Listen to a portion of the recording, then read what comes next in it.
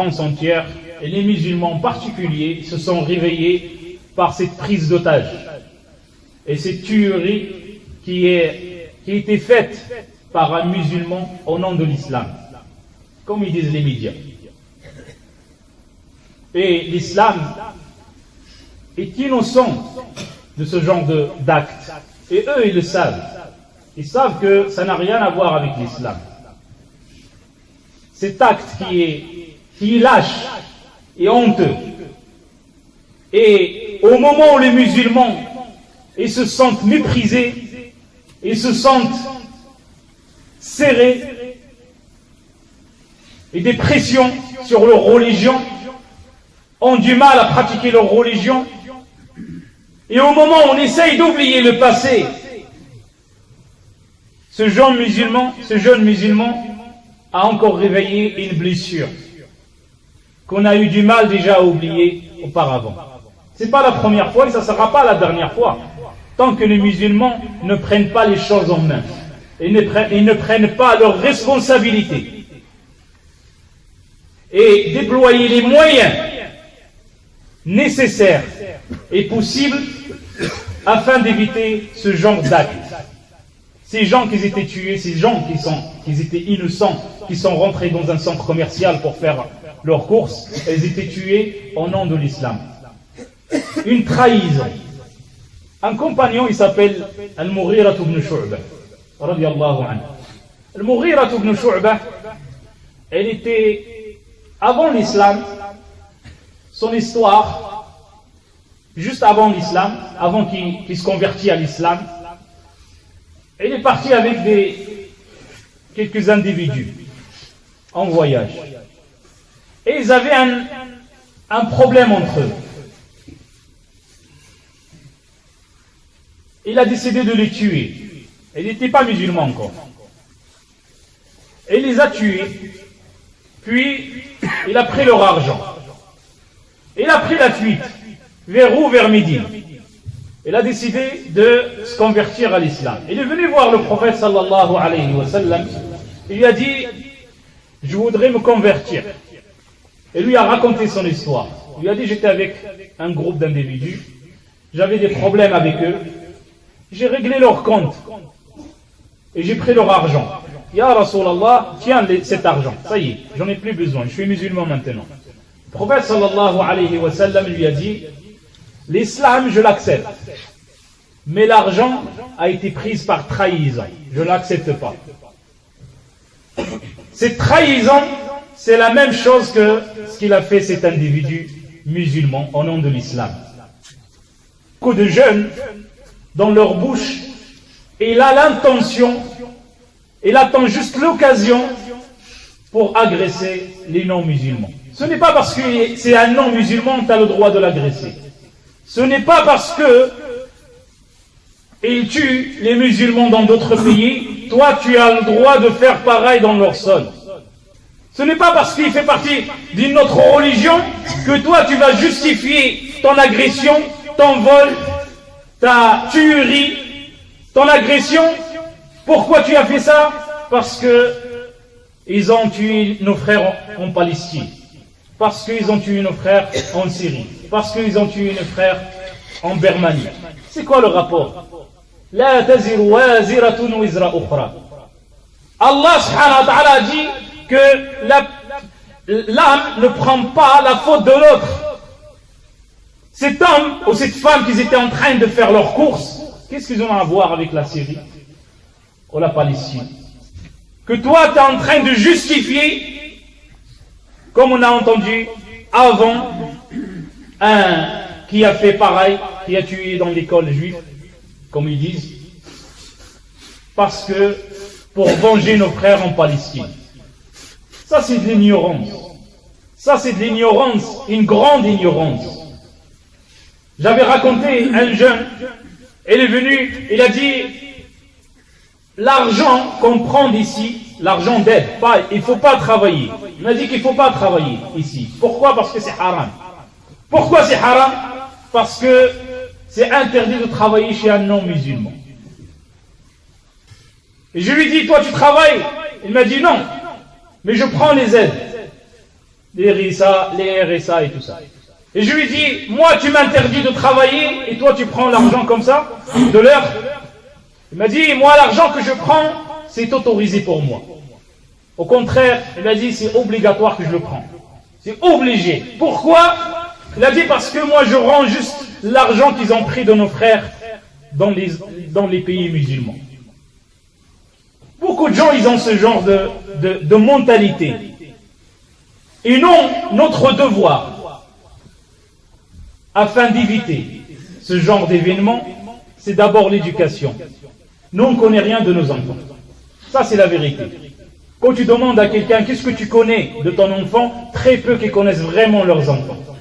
Nous, on connaît juste s'ils ont bien mangé, s'ils sont bien en bonne santé, s'ils travaillent à l'école, même l'école, on s'en fout. Mais leur vie quotidienne, on ne connaît rien. On n'a pas une amitié avec nos enfants. On ne les a même pas appris. Quand tu demandes à ce parent, tu lui dis, c'est toi la cause, parce que c'est nous, les parents, qui sont la première cause de ce qui s'est passé, de ce qu'on a vu aujourd'hui, la semaine dernière. Le père, il te dit, moi, je lui ai jamais je lui ai demandé de faire ceci ou cela. Tu lui dis, mais tu l'as pas interdit aussi. Donc tu as laissé ton enfant s'éduquer lui-même dans les quartiers, sur Internet, etc. Et il se fait de rentrer dans les quartiers et regarder ces jeunes, sans avenir. 20 ans, 30 ans, 40 ans, ils sont devant l'immeuble. Ni école, ni religion. Ils sont entre eux. Le prénom, c'est musulman. Mais ce qu'ils font, c'est pas musulman. Ils ont une haine contre la société. Tu dis à la personne, si tu as cette haine, ben quitte ce pays. Non, lui veut rester en faisant mal et montrer une mauvaise image de l'islam. Déjà, on ne connaît pas l'islam. On n'a pas appris à nos enfants l'islam. Le père, il te dit, moi je travaille jour et nuit. J'ai pas le temps de l'éduquer, moi. Je le vois très peu. Quand je rentre, déjà, il est rentré pour dormir. C'est pas qu'il est rentré pour dormir, il n'a pas envie de te voir. Les jeunes ne dorment pas à 21h. Parce que nous, on connaît juste de nos enfants, juste de leur donner des ordres. De les taper. De les gronder. L'enfant, il en a marre. Chaque fois qu'il voit le père, il voit un monstre. Il essaye de se cacher. Il n'y a pas l'enfant qui, quand il voit son père, mon père, est-ce que tu as passé une bonne journée?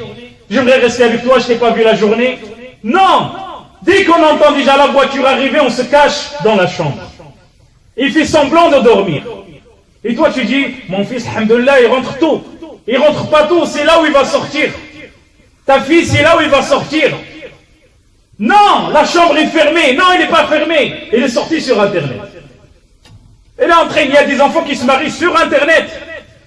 C'est après qu'il vient dire à son père, tiens, il y en a un homme qui va venir te voir demain. Si Allah il a guidé, il fait ceci, cela. Mais de ce qu'on voit, les scandales, ce qui passe, ça se passe dans les chambres. Pareil, les enfants accueillent ces informations, ces fausses informations. Ils sont faciles à manipuler. Ils rentrent sur Internet, dans des forums. T'as vu la France qui nous fait pas de travail, pas d'avenir. Toujours ils mettent la faute sur les autres. Jamais ils se disent, moi, j'ai des capacités. Je dois réussir à l'école. Je dois travailler. Ils disent qu'il n'y a pas de travail, il y a du travail. Mais le travail que nous, on veut, il n'y en a pas. Parce que on n'a pas d'études, on n'a pas de niveau. Et qu'est-ce que tu veux? Je veux président de la République. C'est impossible. Ils veulent de l'argent facile. L'enfant est grandi jour après jour, mois après mois, à remplir sa tête. Quand il sort, c'est encore pire. Ils sont devant l'immeuble, comme s'ils attendent le bus. Ils vendent leurs produits stupéfiants. Même des parents qui sont complices. On l'a vu. Des parents qui sont complices. Tant que l'enfant il met l'enveloppe à son père il ferme la bouche et ferme les yeux. C'est bien mon fils. Jusqu'à qu'à 6h du matin, il y a les forces de l'ordre qui cassent la maison.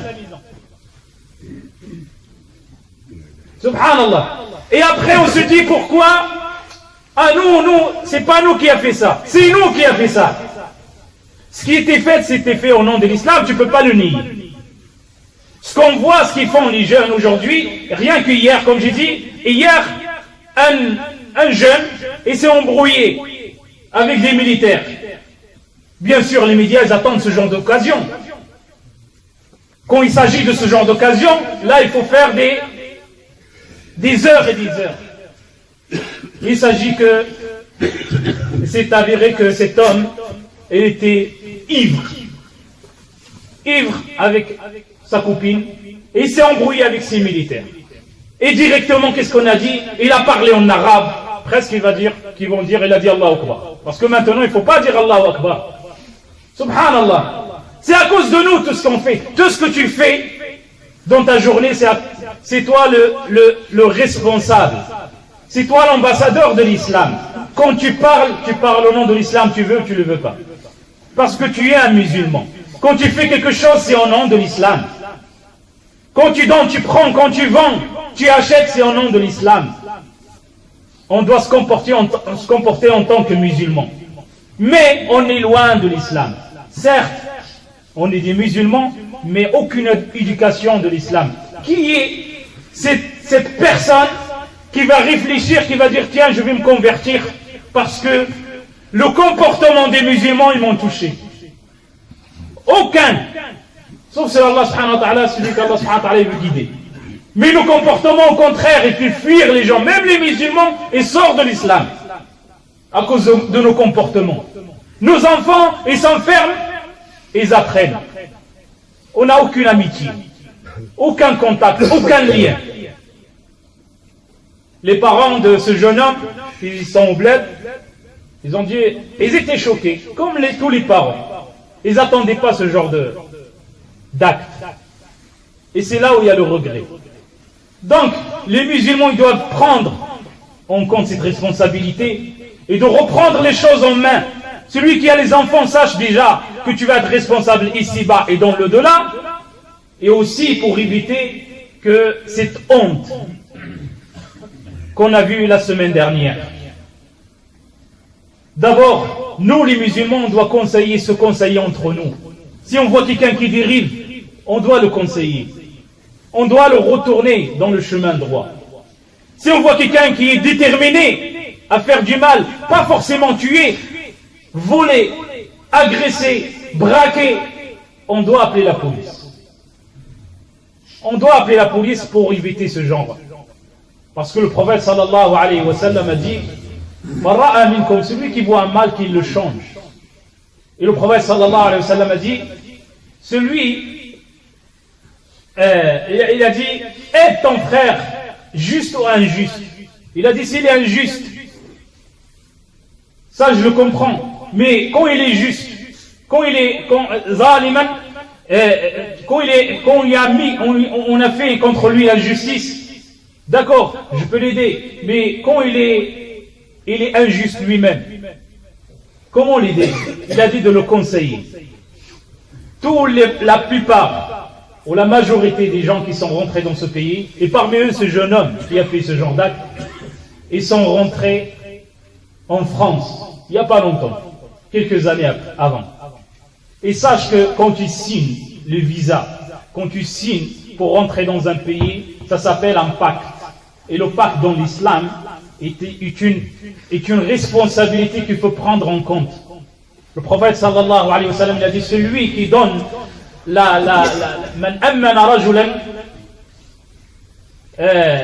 celui qui sécurise ou qui donne qui promet la sécurité à quelqu'un puis le trahit, je suis innocent de cette personne, de ce musulman qui a fait ce genre d'acte, même si celui qui a été tué c'est un non-musulman, pour montrer la gravité des choses. Quand ces non-musulmans qui rentrent dans nos pays musulmans, tu n'as pas le droit de les agresser, tu n'as pas le droit de les voler, tu n'as pas le droit de les tuer. Pourquoi? Parce qu'ils sont rentrés avec un pacte de sécurité. C'est nous qui les avons invités chez nous. C'est pas toi, mais le gouvernement il les a invités. Quand il les a invités, il n'aura pas dit que quand vous rentrez, vous allez être agressés. Au contraire, on veut garantir la sécurité. Quand ils sont rentrés, on les a agressés. Pareil, quand toi tu rentres avec un pacte, tu trahis, le prophète sallallahu alayhi wa sallam il a dit celui qui trahit une âme qui a avec elle un pacte, il n'aura pas l'odeur du paradis. Et l'odeur du paradis est l'équivalent de 40 ans de marche. Donc, la première chose, c'est se sentir responsable et éduquer nos enfants et s'entraider entre nous, et afin qu'Allah facilite qu'on guérit de cette blessure. أقول قولي هذا وأستغفر الله لي ولكم فاستغفروه إنه ولي ذلك والقادر عليه. اللهم اغفر لنا ذنوبنا وإسرافنا في أمرنا وثبت أقدامنا وانصرنا على القوم الكافرين. اللهم اجعل الحياة زيادة لنا في كل خير واجعل الموت راحة لنا من كل شر. اللهم قنا الفتن ما ظهر منها وما بطن. اللهم أعنا ولا تعن علينا وانصرنا ولا تنصر علينا واهدنا ويسر الهدى لنا. اللهم احفظ أولادنا وأولاد المسلمين وبناتنا وبنات المسلمين.